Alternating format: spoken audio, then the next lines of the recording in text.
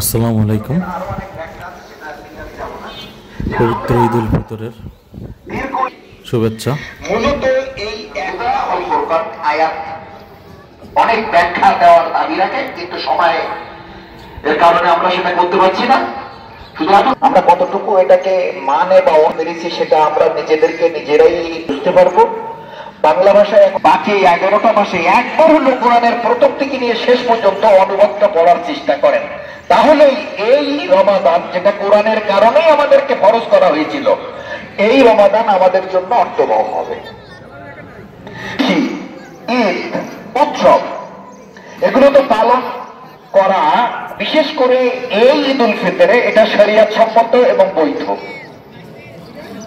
তার অর্থ এটি নয় যে যেমনটি ইচ্ছা ইসলামের নিয়ম নীতি লঙ্ঘন করে যেভাবেই পারবো আমরা সেইভাবে এই উৎসব, এই আনন্দ, এই উল্লাস আমরা প্রকাশ করব। আপনারা যদি একটু চিন্তা করেন তাহলে এটা বুঝবেন যে এই যে রমাদানের পরে আমরা চন্দ্র দেখা গেছে, খবর পাওয়া গেছে, এর মধ্যে শুরু হলো কি দিয়ে? তাকবীর পড়ে, আল্লাহু আকবার, আল্লাহু আকবার, লা ইলাহা ইল্লাল্লাহ, আল্লাহু আকবার, আল্লাহু আকবার, লিল্লাহিল হামদ। তার অর্থ হলো আপনি আমি খুশি প্রকাশ করবো ঠিকই, কিন্তু এই খুশিতে আল্লাহর শ্রেষ্ঠত্ব বলতে আমি মোটেও ভুল করব না। আমার খুশি আল্লাহর শ্রেষ্ঠত্ব কেন্দ্রিকে এটা পরিচালিত হবে, আবর্তিত হবে, এইটাই হলো মূল এটা বিষয়। তিনি তো অনুরোধ করবো, যারা গান বাজায় এরা তো আমারই সন্তান, আমারই ভাই, আমারই ভাইপো, অথবা আমারই পরিবারের কেউ। এই আনন্দ উল্লাস মানে গান বাজনা নয়, এটাকে একটু খেয়াল করে আপনারা এই বিষয়টাকে একটু বিবেচনায় নেবেন। এ ব্যাপারে দ্বিতীয় যে কথাটা বলতে চাচ্ছি সেটি হলো এই, সিয়াম পালন করার পর এই উৎসব। সিয়াম আমাদেরকে শেখানোর কথা হলো তাকওয়া, আল্লাহর ভয়। আমি জানি না বিগত করবো গোনা মাফ হয়েছে কিনা জানি না, তারপরেও আবার আমার পরিবারে আমার সদস্য মাথা না ঘামাই, অর্থাৎ এগুলো বন্ধ করার চেষ্টা না করি, তাহলে কিন্তু সঠিক অর্থে এই ঈদ আমাদের জীবনের জন্য অর্থবহ হবে। যেহেতু 7:30 নামাজ শুরু হওয়ার কথা, পালন করতে যাচ্ছি, একবারও কি আমরা চিন্তা করেছি যে আমারই মুসলিম ভাই বোনেরা শুধুমাত্র ইসলাম ক্যাম্পিং করে করে বাড়িঘর ভেঙে তছনছ করে দেওয়া হয়েছে? আমরা মুসলিম উম্মার সদস্য হিসাবে ওই মুসলিম উম্মা, ওই ভাই বোনদের জন্য কিচ্ছু করার না থাকলেও আমরা কি একটু দোয়া কি করতে পারি? তুমি তো উম্মতে মুহাম্মাদীর মুসলিম এবং মুসলিমা এবং সন্তান সব বাচ্চারা প্রতি একটু রহমত নাজিল করো এবং তাদের বিপক্ষে যারা অবস্থা নিয়েছে তাদেরকে নিশ্চিহ্ন করে দাও। আল্লাহ রাসূল তো আমাদের আল মুশরিকিন আল কাফিরিন আল্লামা শাদ্দাদ শাদীদ আমার সাধনা এবং এই ঈদের যে শিক্ষণীয় দিক, এগুলো ধরে রাখতে পারি, এই অনুরোধ এবং এই দোয়া আল্লাহর কাছে করেই আমি আমার কথা শেষ করছি। ওয়া আখিরু দাওয়ানা আলহামদুলিল্লাহি রাব্বিল আলামিন। আসসালামু আলাইকুম ওয়া রাহমাতুল্লাহি ওয়া বারাকাতুহু।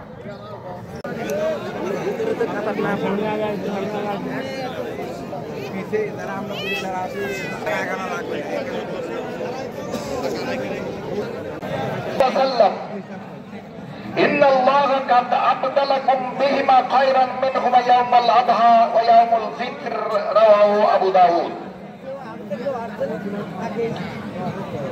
يا أيها الإخوان، في الحقيقة هذا اليوم يوم العيد أو يوم عيد الفطر،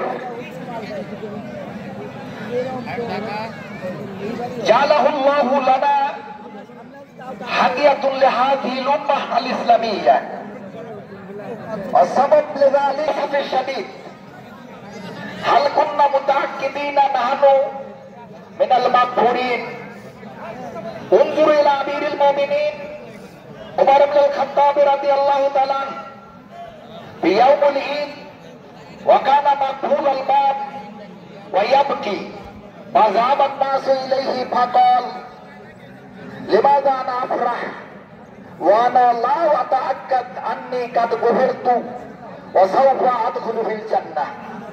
إذا كان عمر بن الخطاب من العشرة المبشرة فكان إحساسه وشعوره مثل هذا، لأنه غير متأكد أنه غفر اليوم لرمضان ولهذا لا يريد أن يكون مشاركين مع هؤلاء الناس الذين فرحوا لها. فرض الله عز وجل نظرا إلى القرآن الكريم فقد قال الله عز وجل كتب عليكم الصيام كما كتب على الذين من قبلكم وقال في مكان آخر شهر رمضان الذي أنزل فيه القرآن هدى للناس وبينات من الهدى والفرقان فذلك صيام الدهر كله.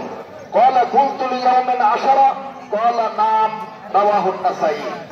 انظروا يا اخوان هذا الفرح او هذا السرور لابد ان يكون على النمط الاسلامي او على المنهج الاسلامي فلا نستطيع الكسوف ولا نستطيع الخشوع ولا نستطيع الغنى مثل هذه الامور التي لا يجوز في الاسلام. تبارك الله لي ولكم هذا القرآن وأقول قولي هذا واستغفر الله لي ولكم ولسائر المسلمين إنه غفور رحيم. صلى الله عليه وسلم وصحابته وسلم تسليما كثيرا. أما بعد فيا عباد الله الله أكبر الله أكبر الله أكبر ولله الحمد. وقال الله عز وجل اتقوا الله ولا تموتن إلا وأنتم مسلمون. وقال أيضا واعتصموا بحبل الله جميعا ولا تفرقوا واذكروا نعمة الله عليكم وتمسكوا.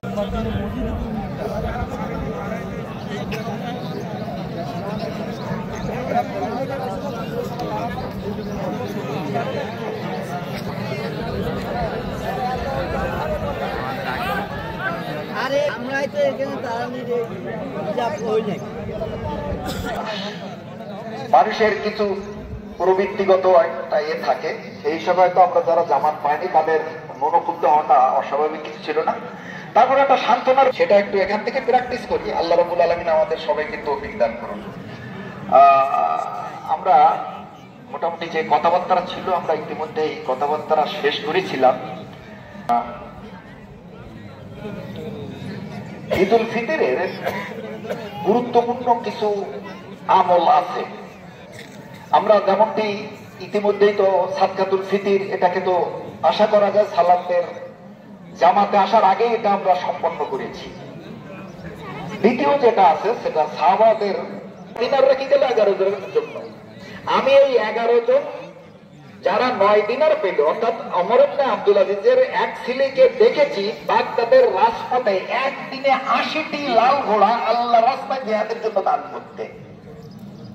পক্ষান্তরে মারওয়ান মালিক ইবনে মারওয়ান আব্দুল মালিক ইবনে মারওয়ানের ছেলে যারা বিশাল অঙ্ক বাবার থেকে পেয়েছে তাদের ব্যাপারে বলা হচ্ছে আমি নিজেই মুকাদ্দিম ইবনে সুলাইমান বলতেছে বাগদাদের রাজপথে তাদেরকে হাত পেতে পেতে ভিক্ষা করতে দেখেছি। তারা বরকত কোথা থেকে আসে? আরশ থেকে।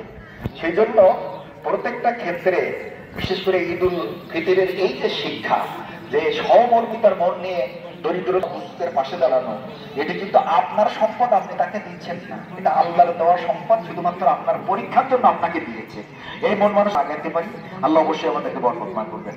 আমরা এখনই দোয়া করব আমাদের জন্য আমাদের পূর্বপুরুষদের জন্য এবং বিশেষ করে সমস্যাগ্রস্ত লা হাওলা ওয়ালা কুওয়াতা ইল্লা বিল্লাহিল আলিয়্যিল আযীম আস্তাগফিরুল্লাহ রাব্বি মিন কুল্লি যামবি ওয়া আতুবু ইলাইহি লা হাওলা ওয়ালা কুওয়াতা ইল্লা বিল্লাহিল আলিয়্যিল আযীম আল্লাহুম্মা সাল্লি আলা মুহাম্মাদ ওয়া আলা আলি মুহাম্মাদ কামা সাল্লাইতা আলা ইব্রাহিম ওয়া আলা আলি ইব্রাহিম ইন্নাকা হামিদুম মাজিদ আল্লাহুম্মা বারিক আলা মুহাম্মাদ ওয়া আলা আলি মুহাম্মাদ কামা বারাকতা আলা ইব্রাহিম ওয়া আলা আলি ইব্রাহিম ইন্নাকা হামিদুম মাজিদ আল্লাহুম্মা আমিন।